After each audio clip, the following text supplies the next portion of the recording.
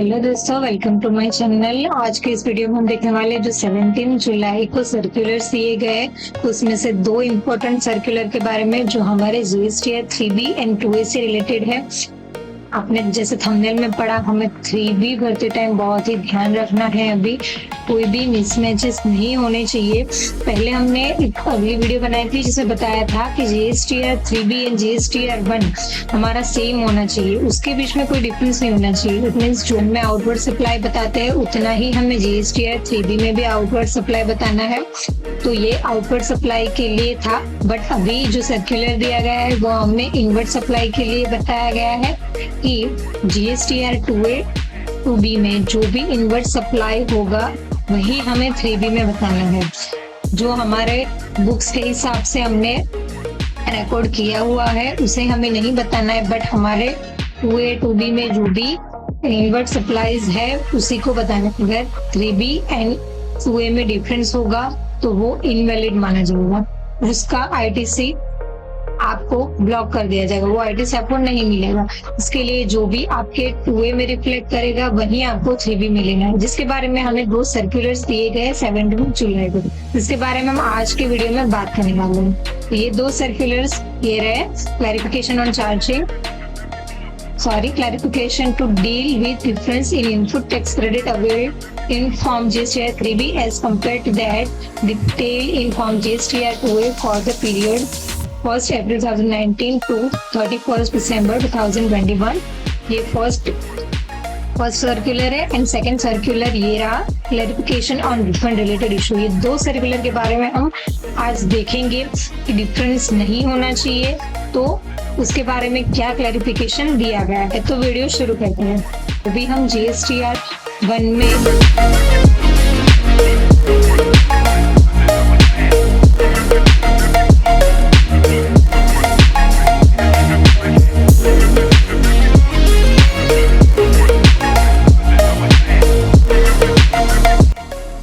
सबसे पहले देखते हैं सर्कुलर नंबर 193/5/2023 जीएसटी, जिसका सब्जेक्ट है clarification to deal with difference in input tax credit availed in form GSTR 3B as compare to that detail in form GSTR 2A for the period 1st April 2019 to 31st December 2021। तो ये जो हमें clarification दिया गया है वो इस बारे में बताया गया है कि GSTR 2A and GSTR 3B में जो भी डिफरेंस आ रहा है वो कितना वैलिड होगा, कितना इनवैलिड होगा, उसके बारे में बताया गया है कि अप्रैल से लेके 1 अप्रैल 2019 से लेके 31 दिसंबर 2021 तक का कितना डिफरेंस मतलब एक्सेप्टेबल था और अभी कितना नहीं है, उसके बारे में ये क्लैरिफिकेशन हमें दिया गया है। उससे पहले एक इम्पोर्टेंट चीज आपको बता दूं कि अभी जो टाइम पीरियड चल रहा है उसके लिए इम्पोर्टेंट चीज ये है कि आपके GSTR 3B and GSTR 2A में कोई डिफरेंस नहीं होना चाहिए। ये आपको पोर्टल पे भी दिख जाएगा कि जब आप जीएसटीआर 3B को फाइल करोगे तो वहां पे ऑटोमेटिकली जीएसटीआर 2A के डेटा रिफ्लेक्ट होंगे। आपको उतने ही डेटा को उसमें बताना, अगर आप उससे ज्यादा बताओगे तो अमाउंट है वो रेड हो जाएगी। मतलब आपको पोर्टल बताएगा कि आपने जितना 2A में आपका जितना आईटीसी है उससे ज्यादा आप ले रहे हो, तो आप वहां पे चेंज तो कर पाओगे बट उतने आईटीसी आपको मिलेगी नहीं। बस आप वहां पे फाइल करोगे तो चेंज कर पाओगे, आईटीसी आपको नहीं मिलेगी। और इससे प्रॉब्लम भी हो सकती है कि जब आप रिफंड ले रहे होंगे, रिफंड के डेटा आप बता रहे होंगे, उसमें जितनी आईटीसी आपकी जीएसटीआर 2A में होगी उतना ही आपको रिफंड मिलेगा। अगर आपके GSTR 2A and GSTR 3B में डिफरेंस आ रहा है तो आपको रिफंड लेने में दिक्कत भी हो सकती है। इसलिए अभी आपको क्या करना है, जब आप जीएसटीआर 3B फाइल कर रहे हो तो आपको बहुत ध्यान से फाइल करना है। आपके जीएसटीआर 2A के डेटा एंड आपके बुक्स के डेटा को वेरीफाई करना है। अगर कोई डिफरेंस है, ये डिफरेंस कब आएगा, जब आपके किसी सप्लायर ने जहाँ से आप परचेस कर रहे हो उस सप्लायर ने जीएसटीआर 1 में उसके जीएसटीआर 1 में कोई बिल नहीं बताया होगा या फिर उसने जीएसटीआर 1 फाइल ही नहीं किया होगा, तो आपके जीएसटीआर 2A में वो शो नहीं होगा, जिसकी वजह से ये जीएसटीआर 2A जैसे 3B के डेटा है उसमें मिसमैच हो सकता है। तो आपको क्या करना है, पहले जीएसटीआर 2A का आपको रिकनसाइल करना है। अगर आप रिकनसाइल कर रहे हो तो उससे आपको पता चल जाएगा कि कौन से सप्लायर ने जीएसटीआर 1 फाइल नहीं किया, तो आप उसको इन्फॉर्म कर सकते हो कि आपका जीएसटीआर 1 फाइल नहीं हुआ है। अगर वो फाइल करेगा तभी आपको 2A में दिखाया जाएगा। तब 2A में डेटा है तभी आप 3B में लिखेंगे। अगर सप्लायर ने जीएसटीआर 1 फाइल नहीं किया है तो आप 3B में भी नहीं बता पाओगे और उसकी क्रेडिट आपको आईटीसी आपको नहीं मिलेगी। वो जब भी बताएगा जीएसटीआर 1 फाइल करेगा तभी आप जीएसटीआर 3B में बता पाओगे। तो इसके लिए आपको जीएसटीआर 3B फाइल करने से पहले जीएसटीआर 2A का रिकंसाइलमेंट करना जरूरी है। आप एक बार रिकंसाइल कर लीजिए, उसके बाद जिसने नहीं जीएसटीआर 1 फाइल किया उसको इन्फॉर्म कर दीजिए, उसके बाद ही आप जीएसटीआर 3B को फाइल कीजिए। ये एक सजेशन है मेरा, ताकि आपके जीएसटीआर 2A एंड 3B में कोई मिसमैचेस ना हो। अब ये काम आपको मंथली करना है, बिकॉज जब आप जीएसटीआर 3B फाइल कर रहे हो तभी आप उसको चेक करके फाइल करोगे, तो एंड ऑफ द ईयर आपको कोई भी आपकी मिसमैचेस नहीं होगी 2A 3B में, बिकॉज आप मंथली उसको चेक करके ही फाइल करो। अगर आप ऐसे ही 3B फाइल कर दोगे तो आपको एंड ऑफ द ईयर जब आप मार्च के रिटर्न फाइल करोगे तो आपको बहुत ही दिक्कत आएगी। तब आप पोर्टल पे देखोगे GSTR 3B and GSTR 2A में डिफरेंस होगा, बट तब आप उसको ठीक नहीं कर पाओगे, वो डिफरेंस को नहीं हटा पाओगे। तो आपके पास कोई ऑप्शन नहीं होगा और एंड में आपकी जो आईटीसी है, एक्स्ट्रा आईटीसी जो आपने 3B में ले रखी है, वो ब्लॉक हो जाएगी, आपको नहीं मिलेगी। ओके, तो आपको क्या करना है, मंथली जब आप 3B फाइल करोगे तो आपको बहुत ही ध्यान से फाइल करना है। जीएसटीआर 2A के डेटा को चेक करके आपके बुक्स के डेटा के साथ रिकंसाइल करने के बाद ही आपको जीएसटीआर 3B को फाइल करना है। तो ये नोटिस में हमें बताया गया है, जो प्रीवियस नोटिस थी 183/15/2022 जो 27 दिसंबर 2022 को रिलीज की गई थी, जिसमें बताया गया था कि GSTR 3B and GSTR 2A के जो डेटा है वो उसमें कोई भी डिफरेंस नहीं आना चाहिए। ये आपको यहाँ पे आपको टाइम पीरियड दिख रहा होगा, नोटिस है 183, जिसमें बताया गया है जीएसटीआर 3B एंड 2A के डेटा में कोई भी डिफरेंस नहीं होना चाहिए। बट ये जो नोटिस है वो हमें दी गई थी फाइनेंशियल ईयर 17-18 और 18-19 के लिए, मतलब जब से जीएसटी एप्लीकेबल हुआ है तब से लेके 2019 तक की ये नोटिस है। मीन्स 31 मार्च 2019 तक की ये नोटिस हमें दी गई थी कि इतने टाइम पीरियड में आपके जीएसटीआर 3B एंड 2A के डेटा में कोई भी मिसमैचेस नहीं होने चाहिए, कोई भी डिफरेंस नहीं होना चाहिए। ये उस टाइम पीरियड की बात है।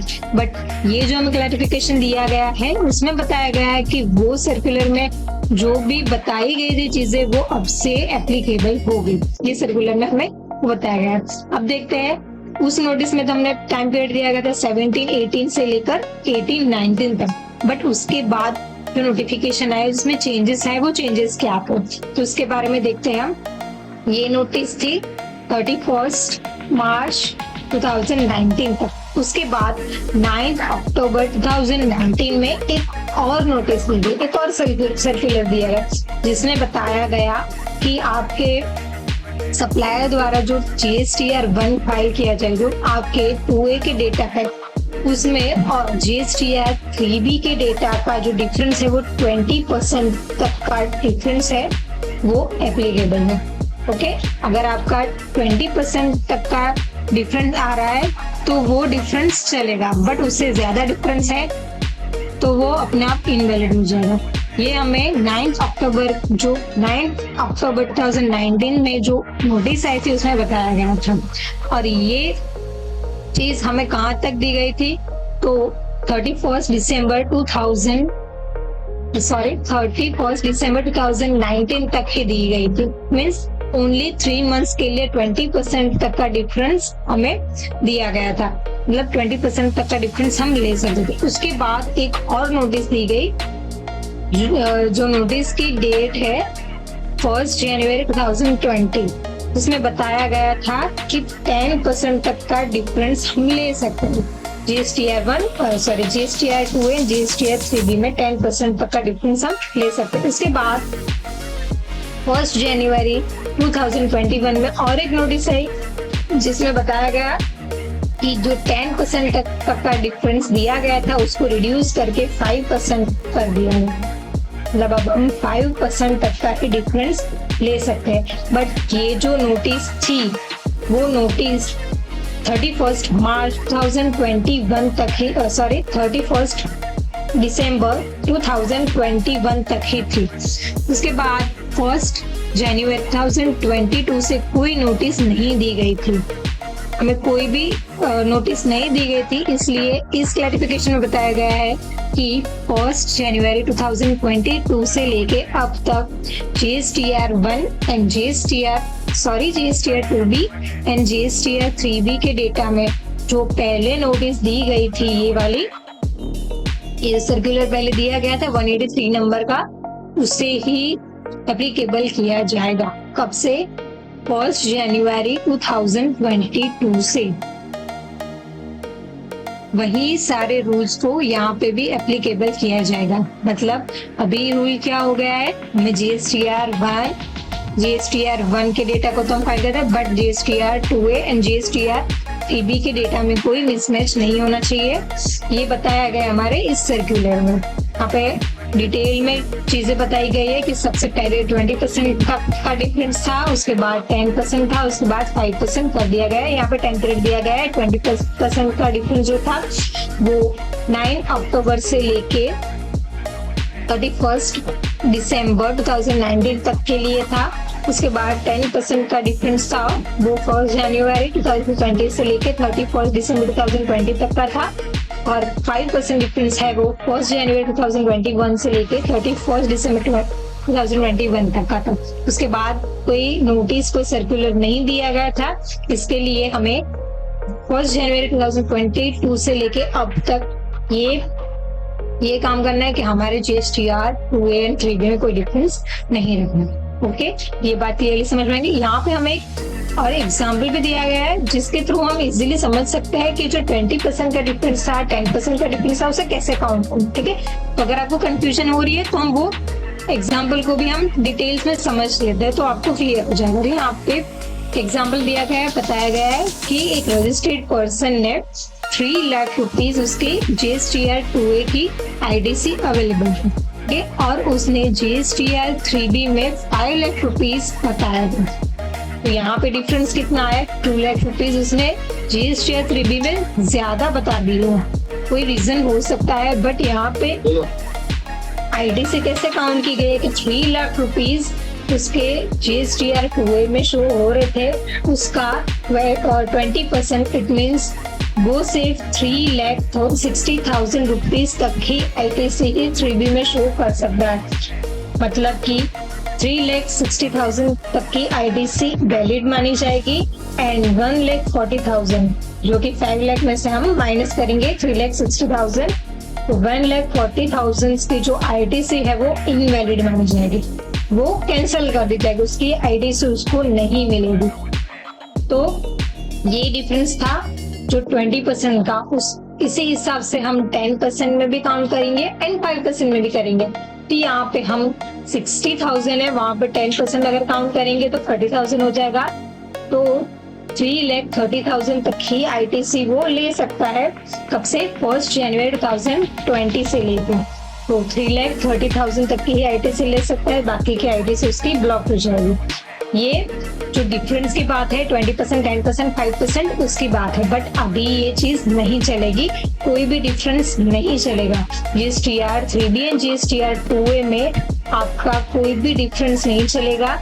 जितना आपके 2A में के डेटा है वही आपको 3B में लेना है। ओके, क्लियर हो गया। अभी हम बात करते हैं दूसरी नोटिस की, जिसके बारे में बताया मैंने, रिफंड रिलेटेड नोटिस है, जो कि जिसका सब्जेक्ट है clarification on refund related issues. इसमें क्लियरली बताया गया है कि जितने भी डेटा आपके 2B में शो हो रहे उतना ही आपको रिफंड मिलेगा। ये नोटिस में रखा है। इसका मतलब क्या हुआ कि हम 3B में कितना भी अमाउंट बता दे, बट हमें वो रिफंड में नहीं मिलने वाला, मिलेगा भाई जो हमारे 2B में शो है। मतलब हमें क्या करना है, अभी जब भी हम रिटर्न फाइल करेंगे तो हमें चेक करना है कि हमारे 2B में कितना डेटा शो हो रहे हैं, कौन से इनवॉइसेस शो हो रहे हैं, कौन से नहीं हो रहे हैं, आपको चेक करते रहना है। जब हम रिफंड के डेटा रेडी करते हैं उसमें क्या करते हैं, अपने GSTR GSTR 1 के डेटा को बताते हैं, मीन्स क्लियरली है outward data, inward data, but ये काम हम अपने बुक्स के डेटा से करते हैं, जो हमारे बुक्स में अवेलेबल है उसके हिसाब से करते हैं कि हमारे बुक्स में जितने आउटवर्ड डेटा होते हैं उसको हम बताते हैं, इनवर्ड डेटा उसको बताते हैं। बट जब हम वो रिफंड के डेटा को ऑनलाइन पोर्टल पे बताएंगे तो वो इनवैलिड माना जाएगा। क्यों? क्योंकि वो डेटा आपके GSTR 2B से मैच नहीं होगा, तो वो डेटा को इनवैलिड माना जाएगा। उसके बाद आपको क्या करना होगा, वो बुक्स के डेटा को आपके ऑनलाइन पोर्टल के डेटा के साथ मैच करना होगा, कोई डिफरेंस है वो सब आपको चेक करना होगा। तो उस टाइम पे ये प्रोसेस बहुत ही लंबी हो जाएगी। जितना आपका ईयरली हो, 2 ईयरली हो, जितना भी आप रिफंड ले रहे हो, सारे डेटा को आपको रिकंसाइल करना होगा। ये बहुत ही लंबी प्रोसेस होने वाली है।